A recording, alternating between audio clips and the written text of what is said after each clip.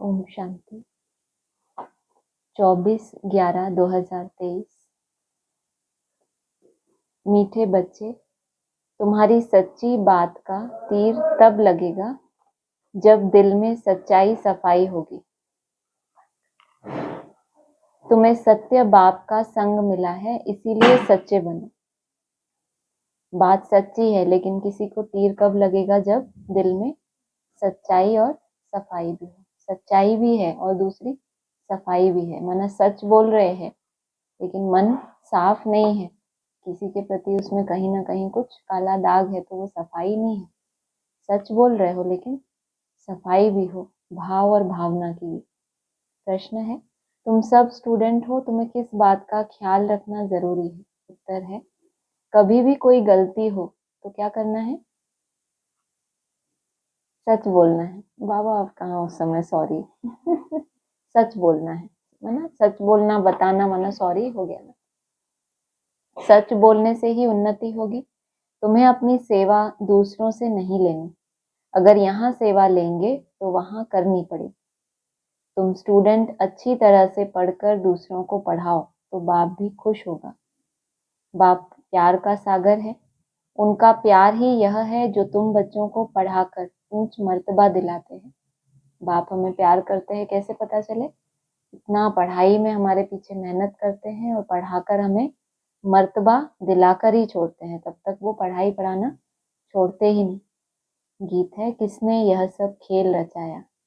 अपने आप सभी कुछ करके और अपने आप ही क्या किया? खुद को छुपा दिया। बच्चों को क्या किया? प्रत्यक्ष किया। ओम शांति। आजकल समाचार आते हैं कि हम गीता जयंती मना रहे हैं। अब गीता को जन्म किसने दिया, यह है टॉपिक। जयंती कहते हैं तो जरूर जन्म भी हुआ ना। उनको जब कहते हैं श्रीमद् भगवद गीता जयंती, तो जरूर उनको जन्म देने वाला भी चाहिए ना। सब कहते हैं श्री कृष्ण भगवान उवाच, तो फिर श्री कृष्ण पहले आता, गीता पीछे हो जाती। अगर श्री कृष्ण ने गीता सुनाई या श्री कृष्ण ने गीता को जन्म दिया तो कृष्ण पहले होना चाहिए और गीता बाद में हो जाती। अब गीता का रचयिता जरूर चाहिए। अगर श्री कृष्ण को कहते तो पहले श्री कृष्ण, पीछे गीता आनी चाहिए। परंतु श्री कृष्ण छोटा बच्चा था। किस रूप में पूजा होती है? छोटा बच्चा था, वह तो गीता सुना ना सके। यह सिद्ध करना होगा कि गीता को जन्म देने वाला कौन। यह है गुह्य बात। श्री कृष्ण तो माता के गर्भ से जन्म लेता है, वह तो सतयुग का प्रिंस है। उसने स्वयं प्रिंस का पद पाया है गीता द्वारा। गीता द्वारा, गीता कौन हो गई? माता। उसके द्वारा राजयोग सीखकर उसने पद पाया। और अब गीता को जन्म देने वाला कौन? परमपिता परमात्मा शिव या श्री कृष्ण। श्री कृष्ण को वास्तव में त्रिलोकी नाथ त्रिकालदर्शी भी नहीं कह सकते हैं। त्रिलोकी नाथ त्रिकालदर्शी एक को ही कहेंगे। फिर वो जो एक बनता है वो दूसरों को नंबरवार बनाता है। त्रिलोकीनाथ माना तीनों लोकों पर राज्य करते हैं। मूल, सूक्ष्म और स्थूल, इन तीनों को कहा जाता है त्रिलोकी। इनको जानने वाला त्रिलोकीनाथ, त्रिकालदर्शी परमपिता परमात्मा शिव है। यह महिमा उनकी है, ना कि श्री कृष्ण की। श्री कृष्ण की महिमा है 16 कला संपूर्ण, सर्वगुण संपन्न। उनकी भेंट करते हैं चंद्रमा से, चाहे श्री कृष्ण हो चाहे रामचंद्र। क्या कहते हैं उनको? चंद्र। उनकी भेंट करते हैं चंद्रमा से। परमात्मा की भेंट चंद्रमा से नहीं करेंगे, किससे करेंगे? सूर्य से। उनका कर्तव्य ही अलग है। वह है गीता को जन्म देने वाला रचयिता। जिस गीता द्वारा राजयोग सीखकर श्री कृष्ण प्रिंस बना, उस गीता को भी जन्म देने वाला। गीता के ज्ञान या राजयोग से ही देवताएं क्रिएट होते हैं। मनुष्य को देवता बनाने के लिए बाप को आकर नॉलेज देनी पड़ती है। अब यह समझाने देने वाले बड़े ही होशियार ब्रह्मा कुमार कुमारियां चाहिए। सब एक जैसा समझा नहीं सकते। बच्चियां भी तो सब नंबरवार है। टॉपिक भी ऐसी रखी जाए कि श्रीमद् भगवद गीता को जन्म किसने दिया, है ना। श्रीमद् भगवद गीता का प्रत्यक्षता रूपी जन्म किसने दिया? श्री कृष्ण ने तो उस गीता का ज्ञान दिया कि ये है गीता। उस गीता को भी जन्म किसने दिया? गीता का ज्ञान या राजयोग से ही। श्रीमद् भगवद गीता को जन्म किसने दिया? इसके लिए कंट्रास्ट समझाना है। भगवान तो एक ही है, परमपिता परमात्मा शिव। उस ज्ञान सागर द्वारा ज्ञान सुनकर श्री कृष्ण ने यह पद पाया था।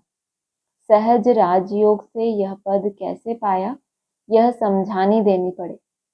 ब्रह्मा द्वारा ही पहले बाप ब्राह्मण रचते हैं, सभी वेदों शास्त्रों का सार सुनाते हैं। ब्रह्मा के साथ ब्रह्मा मुख वंशावली भी चाहिए। ब्रह्मा को ही त्रिकालदर्शी पने का ज्ञान मिलता है। त्रिलोकी अर्थात तीनों लोकों का भी ज्ञान मिलता है। तीनों काल अर्थात आदि मध्य अंत को मिलाकर कहा जाता है।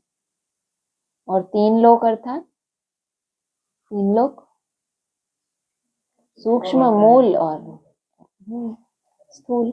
यह अक्षर याद करने के हैं, बहुत बच्चे भूल जाते हैं। भुलाया है देह अहंकार रूपी माया ने। तो गीता का रचयिता परमपिता परमात्मा शिव है, न कि श्री कृष्ण।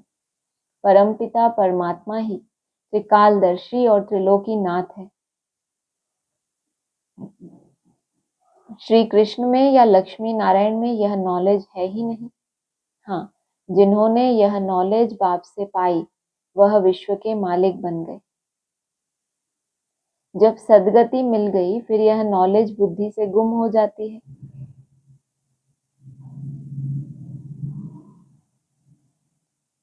सबका सद्गति दाता वह एक ही है, वह पुनर्जन्म लेने वाला नहीं है। पुनर्जन्म शुरू हुआ सतयुग आदि से, इसलिए वो सतयुग में आता ही नहीं। क्या बोलता है, मैं सतयुग में आता हूँ, क्योंकि पुनर्जन्म लेना ही नहीं। कलयुग अंत तक 84 जन्म लेते हैं, यह समझानी देनी पड़ती है। सब तो 84 जन्म नहीं लेते। जिसने यह गीता लिखी उसको त्रिकालदर्शी नहीं कहेंगे। पहले ही लिखा कि श्री कृष्ण भगवान वाच। यह एकदम रॉन्ग है। रॉन्ग भी होना ही है जरूर। जब सब शास्त्र रॉन्ग हो तभी बाप आकर राइट सुनाए। बरोबर ब्रह्मा द्वारा वेदों शास्त्रों का सच्चा सार सुनाते हैं, इसीलिए उन्हें सत्य कहा जाता है। अब तुम्हारा है सत्य के साथ संग, जो तुमको सत्य बनाते हैं। सत्य का संग हो रहा है कैसे पता चले? जब आप भी धीरे धीरे क्या बनते जाएं? सत्य। सत्य माना क्या? सत्य कौन है? आत्मा सत्य और देह अभिमान असत्य है। तो सत्य के साथ संग करते हैं जो तुमको भी क्या बनाते हैं? सत्य। प्रजापिता ब्रह्मा और उनकी मुख वंशावली यह जगदम्बा सरस्वती। प्रजापिता ब्रह्मा के सभी बच्चे आपस में भाई बहन ठहरे। कहाँ भी मंदिरों में जाकर भाषण करना चाहिए। घूमने फिरने भी वहां बहुत आते हैं। एक को समझाया तो सत्संग लग जाएगा। शमशान में भी जाना चाहिए, वहां मनुष्यों को वैराग्य होता है। परंतु बाबा कहते हैं मेरे भक्तों को समझाने से वह फट से समझेंगे। तो शिव बाबा के मंदिर, लक्ष्मी नारायण के मंदिर में जाना पड़े। लक्ष्मी नारायण को बाबा मम्मा नहीं कहते, शिव को बाबा कहते हैं, तो जरूर मम्मा भी होगी। वह है गुप्त। कौन है गुप्त? शिव को बाबा कहा जाता है, तो जरूर मम्मा भी होगी। वह है गुप्त। शिव बाबा जो रचयिता है उनको मात पिता कैसे कह सकते हैं? यह गुप्त बात कोई भी जान ना सके। शिव बाबा क्या है? रचयिता। उनको मात पिता कैसे कह सकते हैं? प्रवेश करके। माँ में भी प्रवेश करते हैं तो पिता में भी। तो बाबा ने कहा शिव बाबा जो रचयिता है उनको मात पिता कैसे कहते हैं? यह गुप्त बात कोई भी जान न सके। लक्ष्मी नारायण को एक ही अपना बच्चा होगा, बाकी इनका नाम है प्रजापिता ब्रह्मा। विष्णु और शंकर को ऊंच नहीं रखते, ऊंच त्रिमूर्ति ब्रह्मा को रखते हैं। बाकी जैसे रचता शिव परमात्मा को कहते हैं, ऐसे ही ब्रह्मा को भी रचता कहा जाता है। वह तो अविनाशी है ही। रचता अक्षर कहेंगे तो पूछेंगे कैसे रचा। वह तो रचता है ही, बाकी रचना होती है ब्रह्मा द्वारा। अब ब्रह्मा द्वारा परमात्मा सब आत्माओं को सृष्टि के आदि मध्य अंत का नॉलेज देते हैं। वेद शास्त्र आदि सब हैं भक्ति मार्ग की सामग्री। भक्ति मार्ग आधा कल्प चलता है, यह है ज्ञान कांड। जब भक्ति मार्ग पूरा होता है तब सब पतित तमो प्रधान बन जाते हैं। इसका मतलब शूटिंग पीरियड में भी जब तमो प्रधानता का समय चल रहा है उस समय भक्ति की भी अति होती है। तब मैं बाप आता हूँ। पहले सतो प्रधान से सतो रजो तमो में आते हैं। ऊपर से जो पवित्र आत्माएं आती हैं उन्होंने कोई ऐसा कर्म नहीं किया जो उनको दुख भोगना पड़े, इसीलिए वो गर्भ जेल में नहीं आती, सीधा इसी में प्रवेश करके पार्ट बजाती हैं। क्राइस्ट के लिए कहते हैं कि उनको क्रॉस पर चढ़ाया, परंतु यह तो हो न सके। क्राइस्ट की जो आत्मा परमधाम से आई उसको कोई दुख नहीं दे सकता, तो बोला क्राइस्ट को सूली पर चढ़ाया। तो वास्तव में क्राइस्ट को सूली पर नहीं चढ़ाते, जो जीसस है जिसमें उसने प्रवेश किया है उसके हिसाब किताब है। तो सूली का दुख वो आत्मा भोगती है, ना कि क्राइस्ट की आत्मा। इसीलिए बोला क्राइस्ट के लिए कहते हैं उनको क्रॉस पर चढ़ाया, परंतु यह तो हो ना सके।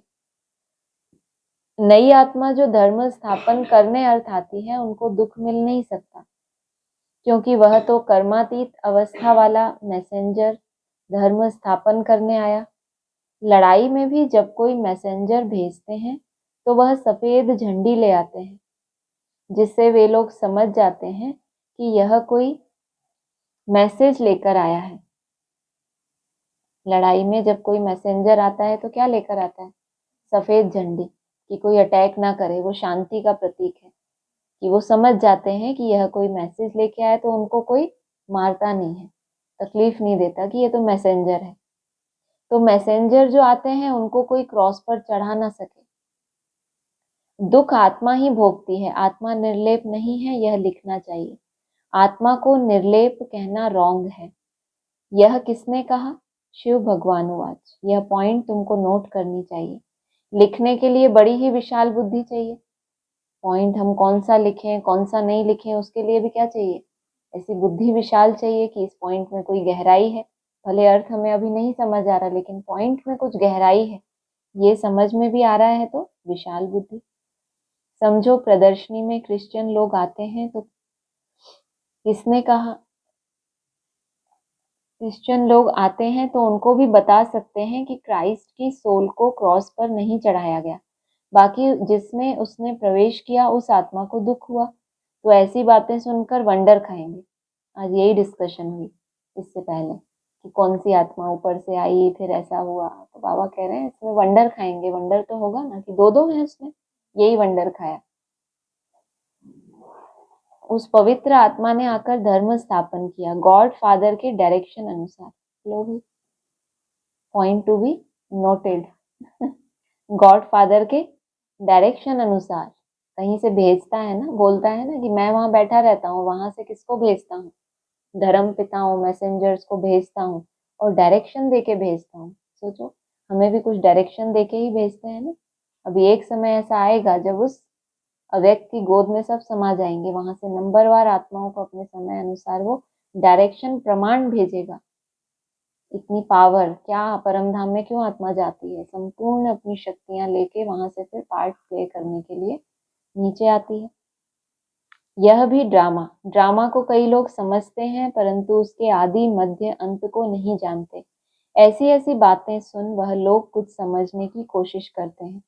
कृष्ण को भी कोई गाली दे ना सके। बरोबर गालियां अभी ही मिल रही हैं। अभी तो ब्रह्मा का तन है, पुराना तन है, तो गालियां मिलती हैं। किसको? शिव बाबा को नहीं, जो प्रवेश करने वाली पवित्र आत्मा उसको गाली नहीं मिलती। जो साकार माध्यम है, जैसे अभी उदाहरण किसका दिया ऊपर?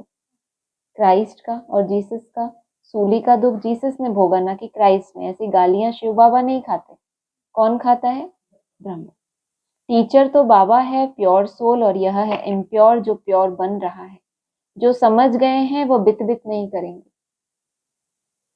नहीं तो समझेंगे कि यह तो सिखाया हुआ है, फिर वह बात कोई को जचती नहीं, तीर नहीं लगता। सच्चाई सफाई बहुत चाहिए। जो खुद विकारी होगा वह औरों को कहे कि काम महाशत्रु है तो तीर लग नहीं सकता। जैसे पंडित का मिसाल है, क्या कहता था पंडित? राम राम कहने से नदी पार हो जाएगी। नदी या सागर पार कर जाएंगे, यह अभी की बात है। शिव बाबा कहते हैं, मुझे याद करने से तुम उस विषय सागर से पार हो जाएंगे। कौन सा सागर? यह पंडित नहीं जानते। वैश्यालय से शिवालय में चले जाएंगे। वैश्या की बुद्धि कैसी होती है? व्यभिचारी, अनेक तरफ भटकी हुई बुद्धि। और शिव आलय, उसे एक शिव में तुम्हारी बुद्धि का घर हो। आलय माना घर। वो एक शिव तुम्हारे मन मंदिर में बसे तो वो हो गया शिवालय। बड़ी अच्छी रीति से श्रीमत पर याद करने से तुम इस विषय सागर से पार हो जाएंगे। बड़ी अच्छी रीति से श्रीमत पर चलना है। कहते हैं ना कि बाबा चाहे प्यार करो चाहे ठुकरा हो, यह तो सिर्फ समझाने दी जाती है तो भी कई मुर्दे बन जाते हैं। बच्चों को तो लिखना पढ़ना पड़ता है। बाप प्यार का सागर है, अर्थात पढ़ाकर ऊंच मर्तबा दिलाते हैं। यही प्यार है। बाप जब पढ़ाता है तो पढ़कर औरों को भी पढ़ाना है, बाप को खुश करना है, बाप की सर्विस में तत्पर रहना है। बाप की यही सर्विस है कि अपने तन मन धन से भारत की सच्ची सेवा करो। तुम्हें तो बुलंद आवाज से समझाना चाहिए। सभी नंबरवार हैं, राजधानी में नंबरवार होंगे। टीचर समझ जाते हैं कि यह दैवी राजधानी में क्या नंबर लेंगे। सर्विस से समझ सकते हैं कि कौन कौन मुख्य बनेंगे। खुद भी समझते हैं कि हम बाबा मम्मा जितनी सर्विस नहीं करते तो दास दासियां बनना पड़ेगा। आगे चलकर तुम सबको सारा ही मालूम पड़ेगा। अभी अगर कोई चीजें समझ नहीं भी आती तो आगे चलकर सब कुछ मालूम ही पड़ जाएगा और एक्यूरेट होगा। उसमें कोई डाउट नहीं होगा कि पता नहीं मैंने जो समझा वो सही है कि नहीं है। आगे चलकर तुम सबको सारा ही मालूम पड़ेगा। हम श्रीमत पर ना चले, सब क्लियर हो जाएगा। तुम बच्चे इस समय स्टूडेंट हो, इस समय तुम अपनी दासियां बनाएंगे तो खुद भी दासी बनना पड़ेगा। अगर अभी किसी को अपने से छोटा समझ के उससे अपनी सेवा लेंगे तो फिर क्या होगा? दासी बनना पड़ेगा। यहाँ महारानी बनना देह अभिमान है, यहाँ दासी बनना, सेवाधारी बनना और भविष्य में महारानी बनना तो वो तो आत्माभिमान से ही होगा। सच कहना चाहिए कि बाबा यह भूल हुई। कोई भी भूल हुई तो सच्चाई फर्स्ट। अभी संपूर्ण तो सभी बने नहीं हैं। इम्तिहान में जब नापास होते हैं तो शर्माते भी। जब हम फेल हो जाते हैं, कोई हमारा पेपर होता है तो कैसे शर्माती है। बाबा का रात्रि में ख्याल चला कि मनुष्य 21 जन्म कहते हैं, गायन भी करते हैं। अभी यह ईश्वरीय जन्म एक अलग है। 8 जन्म सतयुग में, 12 जन्म त्रेता में, 21 जन्म द्वापर में और 42 जन्म कलयुग में। तो कितने हुए? 83 हुए ना? 83 हुए ना? तो बाबा का ख्याल चला, नया मंथन होता है तो बाबा रात्रि क्लास में बताते हैं ना कि आज ये मंथन चला। तो बाबा ने बताया कि 21 जन्म कैसे हुए, तो उसका मतलब ये ईश्वरीय जन्म अलग और वहां के 20 जन्म अलग। यह तुम्हारा ईश्वरीय जन्म सबसे ऊंच जन्म है जो एडॉप्टेड है। तुम ब्राह्मणों का ही यह सौभाग्यशाली जन्म है। अच्छा, मीठे मीठे सिकी लधे बच्चों प्रति माता पिता बाप दादा का याद प्यार गुड मॉर्निंग। रूहानी बाप की रूहानी बच्चों को नमस्ते। रूहानी बच्चों की रूहानी बाप दादा को याद प्यार और नमस्ते। सार है, प्यार के सागर बाप के प्यार का रिटर्न करना है। अच्छी तरह पढ़कर फिर पढ़ाना है, श्रीमत पर चलना है। दूसरा है, सच्चाई और सफाई से पहले स्वयं में धारणा कर फिर दूसरों को धारणा करानी है। एक बाप के संग में रहना है। वरदान है, निमित्त आत्माओं के डायरेक्शन के महत्व को जान, पापों से मुक्त होने वाले सेंसिबल भव। कितनी बड़ी बात। निमित्त आत्मा के डायरेक्शन के महत्व को जान, पापों से मुक्त होने वाले सेंसिबल भव। जो सेंसिबल बच्चे हैं वह कभी यह नहीं सोचते कि यह निमित्त आत्माएं जो डायरेक्शन दे रही हैं शायद कोई के कहने से दे रही हैं, कह रही हैं। निमित्त बनी हुई आत्माओं के प्रति कभी यह व्यर्थ संकल्प नहीं उठाने चाहिए। मानो कोई ऐसा फैसला भी दे देते हैं जो आपको ठीक नहीं लगता, लेकिन आप उसमें जिम्मेवार नहीं हो। आपका पाप नहीं बनेगा, क्योंकि जिसने इन्हें निमित्त बनाया है वह पाप को भी बदल देगा। तो ये क्या है? एक गुप्त रहस्य है और गुप्त मशीनरी है।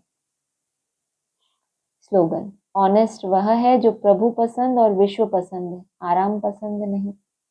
ऑनेस्ट कौन है? जो प्रभु पसंद है और विश्व को भी पसंद है। पहले किसका पसंदीदा बनना है? विश्व का नहीं, पहले प्रभु हमें पसंद करे। मातेश्वरी जी के महावाक्य हैं, मनुष्य का 84 जन्म है, न कि 84 लाख योनियां। अब यह जो हम कहते हैं कि प्रभु हम बच्चों को उस पार ले चलो, उस पार का मतलब क्या है? लोग समझते हैं उस पार का मतलब है जन्म मरण के चक्र में ना आना, अर्थात मुक्त हो जाना। अब यह तो हुआ मनुष्यों का कहना, परंतु बाप कहते हैं, बच्चों, सचमुच जहां सुख शांति है, दुख अशांति से दूर है, उसको कोई दुनिया नहीं कहते। वो तो क्या हो गया? जब मनुष्य सुख चाहते हैं तो वो भी इस जीवन में होना चाहिए। और वो तो सतयुगी वैकुंठ देवताओं की दुनिया थी, जहां सर्वदा सुखी जीवन थी। उसी देवताओं को अमर कहते थे। अब अमर का कोई अर्थ नहीं है। ऐसे तो नहीं कि देवताओं की आयु इतनी बड़ी थी जो कभी मरते नहीं थे। अब यह कहना उन्हों का रॉन्ग है, क्योंकि ऐसे है नहीं। उनकी आयु कोई सतयुग त्रेता तक नहीं चलती, परंतु देवी देवताओं के जन्म सतयुग त्रेता में बहुत हुए हैं। 21 जन्म तो उन्होंने बहुत अच्छा राज्य चलाया और फिर 63 जन्म द्वापर से कलयुग के अंत तक। टोटल उन्हों के जन्म चढ़ती कला वाले 21 हुए और उतरती कला वाले 63 हुए। तो टोटल मनुष्य 84 जन्म लेते हैं। बाकी यह जो मनुष्य समझते हैं कि मनुष्य 84 लाख योनियां भोगते हैं, यह कहना भूल है। अगर मनुष्य अपनी योनि में सुख दुख दोनों पार्ट भोग सकते हैं, तो फिर जानवर योनि में भोगने की जरूरत ही क्या है? मनुष्यों को यह नॉलेज ही नहीं। मनुष्य तो 84 जन्म लेते हैं, बाकी सृष्टि पर जानवर पशु पक्षी आदि टोटल 84 लाख योनियां अवश्य है। अनेक किस्म की जैसे पैदाइश है, उसमें भी मनुष्य योनि में ही अपना पाप पुण्य भोग रहे हैं और जानवर अपनी योनियों में भोग रहे हैं। न मनुष्य जानवर की योनि लेता और न जानवर मनुष्य की योनि में आता। मनुष्य को अपनी योनि में भोगनी पड़ती है, तो दुख सुख की महसूसता आती है। ऐसे ही जानवर को भी अपनी योनि में सुख दुख भोगना है, मगर उन्हों में यह बुद्धि नहीं कि यह भोगना किस कर्म से हुई है। उन्हों की भोगना को भी मनुष्य फील करता है, क्योंकि मनुष्य है बुद्धिवान। बाकी ऐसे नहीं कि मनुष्य कोई 84 लाख योनियां भोगते हैं। जैसे देखो, गुरु नानक साहब ने ऐसे महावाक्य उच्चारण किए हैं, अंत काल में जो पुत्र सिमरे, ऐसी चिंता में जो मरे, सुअर की योनि में वलवल उतरे। परंतु इस कहने का मतलब यह नहीं है कि मनुष्य कोई सूकर की योनि लेता है, परंतु सूकर का मतलब यह है कि मनुष्यों का कार्य भी ऐसा होता है जैसे जानवरों का कार्य होता है। बाकी ऐसे नहीं कि मनुष्य कोई जानवर बनते हैं। यह तो मनुष्यों को डराने के लिए शिक्षा देते हैं कि जानवर बनोगे, सुअर बनोगे। तो अपने को इस संगम समय पर अपनी जीवन को पलटाए, पाप आत्मा से पुण्य आत्मा बनना है। अच्छा, ओम शांति।